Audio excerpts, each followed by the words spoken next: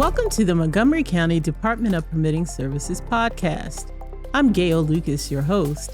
I'm also the Division Chief for the Customer Support and Outreach Division here at DPS. Joining us on the podcast today is Fire Code Compliance and Fire Marshal, Patsy Warnick. Thank you for being here today, Patsy. Thanks for having me. Great to be here. Today's discussion is important, especially for anyone with a commercial building or commercial tenancy in Montgomery County. We're talking about fire code compliance permits and the new requirement for multifamily apartment buildings to file emergency safety plans that must be approved by DPS. These are two different topics, but they're related. And so we're going to start with the fire code compliance permit, which is required to ensure commercial buildings meet established fire safety standards. Patsy, please tell us what an FCC permit is, who needs one, and what this new year is going to bring for FCC permits. So a fire code compliance permit from Permitting Services is required by county law for all businesses and tenant spaces in the county. This includes everything from retail stores, business offices, tenant suites in those business offices, gas stations, restaurants, adult and child daycare, doctor's offices, schools, group homes, hotels, apartment buildings. And so all of these places need to get a fire code compliance permit, an FCC permit. And for this year, what's new is that we have gone fully online with DPS ePlans. For our listeners who may not know, ePlans is our electronic plan review program, also called Project Docs, that Patsy just mentioned. Patsy, how do we find the status of our FCC permits? How often do they renew and all of that good information? To find the status of your permit, or even if you have a permit, go to the DPS website and you can click on the data search button and enter your address. You look for your FCC permit. It'll say whether it's expired or active, and you'll know whether you need to renew it. You need to renew it every year.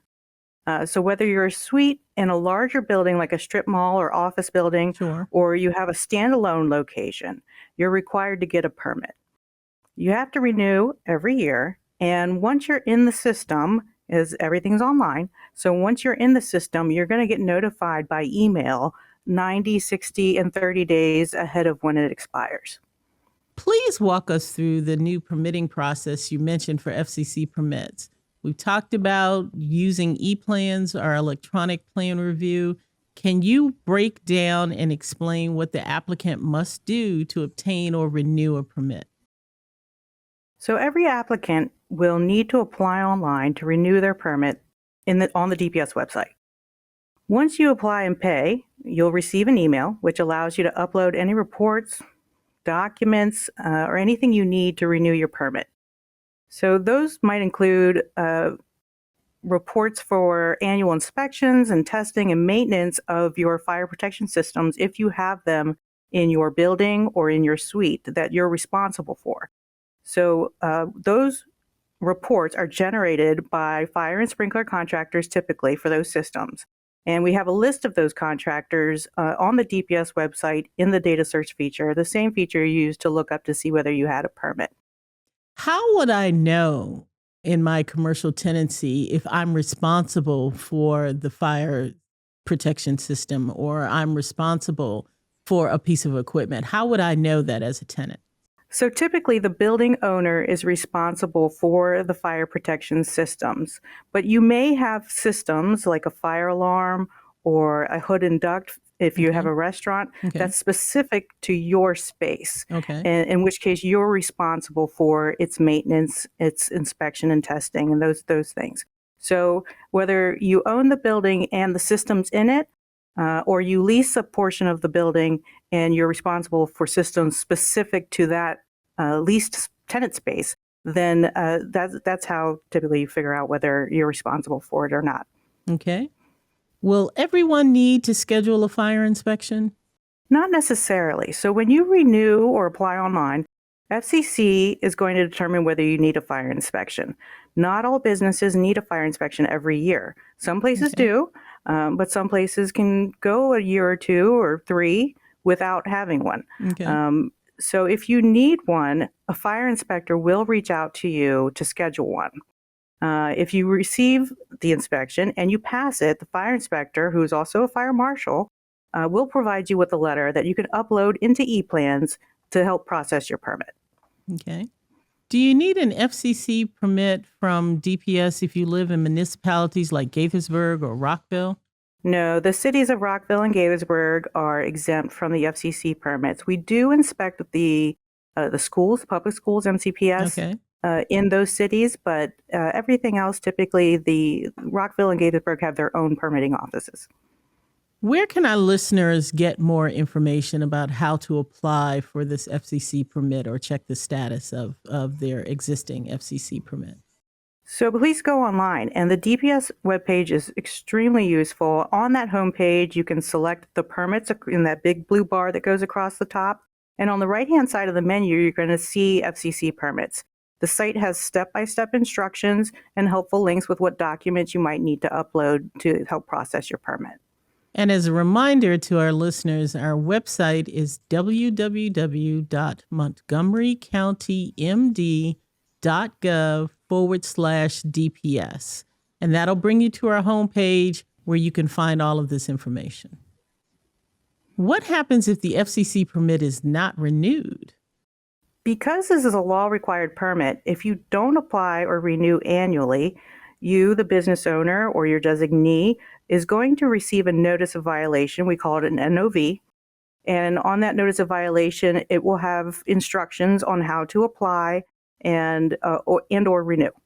And so if you don't do that within the 30 days that we give you, then you may receive a civil citation that has a fine. It's typically $500 and a mandatory court appearance. Okay. The County Council has passed Bill 724, also known as Landlord-Tenant Relations, Tenant Protection and Notification, to strengthen tenant protections by requiring apartment building managers to clearly and rapidly communicate information to tenants during emergencies. This includes having an emergency safety plan that is approved by DPS. Patsy, please talk a little bit about what an emergency safety plan is, what kind of information should go into that, and what kind of emergencies would that cover? Emergencies happen, and we want residents to be prepared if one happens at home. Many buildings are not protected by sprinkler systems, and if there is a fire, a flood, power outage, or other kind of emergency, we want people to know where to go and what to do. So DPS has worked with Department of Housing and Community Affairs and the Office of Emergency Management to put together this program and really mandate that thousands of the apartment buildings that the county has have a written emergency safety plan that's approved by DPS, and it's provided to their tenants. It's the most important thing. So the bill requires the operators of these multifamily rental buildings to submit emergency safety plans as part of their annual FCC permit. So multifamilies are buildings that have 3 or more dwelling units, which are like apartments. And we've put together a best practice guide, which is now posted on the website to help landlords and property managers create that ESP. This doesn't apply to condos, condo apartment style buildings, townhouses, things like that. This is really for rental apartments. Okay. And the ESP guide has requirements in it like emergency contacts, what fire protection systems are present in the building, egress capabilities, which is just fancy for how do we get out of the building, which might include fire alarm systems that have phased evacuation. So some fire alarms have a method of partially evacuating a building. The alarm goes off on certain floors and doesn't go off on others. Areas of refuge for the mobility impaired, notification methods for the deaf and hard of hearing, evacuation maps, relocation plans, and alternative housing information. So we really want management to know what they're going to do in the event of emergency, and tenants to feel comfortable knowing who to contact and where to go.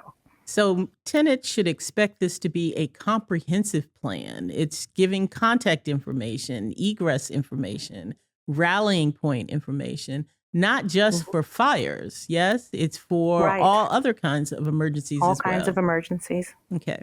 You've talked a lot about what this plan includes. Talk a little bit about how DPS receives that plan. We're receiving these through our e-plans process as well. Is that correct? Yes. So it will be part of the FCC permit. And so with the FCC permit number and your account, you will upload those ESPs into ePlans.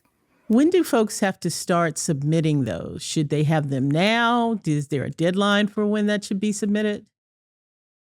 We are looking at them now, so you're welcome to submit them now. There's no deadline right at this moment, but there is an executive regulation making its way through the works, and it's as soon as that comes out, then we will start notifying as many apartment buildings as we can that they need to submit them. And I've heard you talk about a template so people don't have to create these ESP plans themselves. You will give them guides on what needs to be included, yes? Yes. So we did create a template that goes along with that best practices guide that the managers, property managers, landlords can use to create the ESP. So once they create the plan and submit it, we'll work with them to make sure that the plan is complete and Okay. adequate. Okay. And it'll be part, like I said, part of the FCC permit. And that template and a link to submit it are both on the DPS website. So everything is online. And it'll include, again, all the items that we just talked about and be reviewed by fire protection engineers on staff. Once it's approved, tenants must be provided with the emergency plan when they sign their lease, when they renew their lease, or anytime they request it. So we're accepting them now, but again, it's still a brand new process. So hopefully, in doing this podcast and other mailers that we're doing, we're trying to get the word out so that apartment owners can get started. So how often do these plans have to be updated? I assume that conditions in a building can change, management may change. How often are we required to update our emergency safety plans? So we're requiring them to be renewed minimally every 3 years. Uh, if there are major changes, if it's changes to the emergency contacts, the relocation plans, the type of evacuation, anything like that that's going to change, we would like you to provide those plans for review so that we can look at it and make sure that all the information that we need and that the tenants need is in there. So Okay. again, the FCC permit gets renewed every year, but the ESP minimally is every 3 years. So if my building makes cosmetic changes, they paint the door, they lay new carpeting, that's not necessarily going to give rise to the need for a new ESP, right? But Right, if they right, do some kind of construction work, they put up walls or they change the configuration of the right. building, that would require an update to their ESP plan, yes? Certainly, yes. Okay. There is an addendum to the plan that must be submitted if a building has more than 10 fire-related calls to 911. Can you talk about what that means for tenants in the building and what that means for building owners? Sure, yeah. So some apartments may receive a large amount of calls from actual fires, hopefully not, Okay. malfunctioning fire alarm Okay. systems, which Sure. happens, Sure. or malicious acts. Sometimes there are children that Mm. like to pull pranks and like to pull the fire alarm, unfortunately. And we're not counting medical calls. So once we get from the fire department that call data, once we see that there have been more than 10 calls Okay. in a year's time, so over a 12-month period, just kind Okay. of a rolling period, we're going to require that an addendum be submitted with the ESP. And the addendum is just an additional piece of the ESP. And FCC will let the owner know that they need to file that. So they don't need to come up with this requirement on their own, again, there's a template, and there's information in the best practices document, and FCC will certainly let them know that they need to file this addendum so that we can go over what they're doing, what actions they're actively taking to reduce those Okay. 911 calls. Okay. So those, evacuating during a false alarm for the elderly, children, those that might be medically fragile, is risky, and they can Sure. risk injury going Sure. down the stairs or standing in the parking lot. Nobody wants that. Sure. So, frequent alarms can cause complacency too. If they hear them too often, people Right. stop evacuating because Right. they assume that it's a wrong or a false alarm. And then, with that comes the boy who cried wolf assumption that when the alarm does go off and it is an emergency, now nobody's going to evacuate. So if there is a false alarm and we're, pulling emergency responders away from real emergencies, Yes. we're affecting the lives of not just the people that live in that building, but people in our community that need those emergency responders' attention elsewhere. So it's really important to us to reduce and eliminate as much as possible these false alarms Okay. where we can. So the addendum template, like I said, is on the website, and it's with the ESP process page, and all the information is online. Okay. This has been a tremendous amount of information, and it's a tremendous amount of technical information that folks may not deal with every day. We don't necessarily want to think about emergencies every day and what we do in an emergency, but it is so important that folks are prepared and that tenants are prepared in these apartment buildings. So I'd like to recap a little bit. What are the three most important things for listeners to remember about emergency safety plans? Right. The purpose is to know what to do in an emergency. Okay. So when in doubt during an emergency, evacuate and call 911. Know who to contact from the leasing office to receive follow-up information on if and when it's safe to re-enter your building. Okay. Practice your evacuation with all members of your home, even if you just talk about it. Make a meeting point for you and your family for emergencies when cell phone communication might not be available. And just note that you have the right to see your building's emergency safety plan. You can do that at any time. Once it's been approved, you should be able to get it from your leasing office. Is there anything else we should mention about fire safety in apartment buildings in Montgomery County? What's the latest on fire safety and fire sprinkler signs? Signs. So high-rise buildings, we have a good handful in the county that don't have sprinkler systems. Okay. And so those high-rise buildings are going to be required to install signage on the front of their building by the entrance that says that they're not protected throughout by a sprinkler system. Okay. The low and mid-rise buildings don't have to install the signs, but they do have to disclose this information as part of their emergency action plan, their emergency safety plan. So if you live in an unsprinkled building and there is a fire, please evacuate to a safe location. Know what to do and who to contact ahead of time. Preparedness saves lives. These buildings are also, the high rises are going to be required to install smoke detection in the corridors. Okay. And that is a big step forward, knowing that some of these buildings are very unprotected.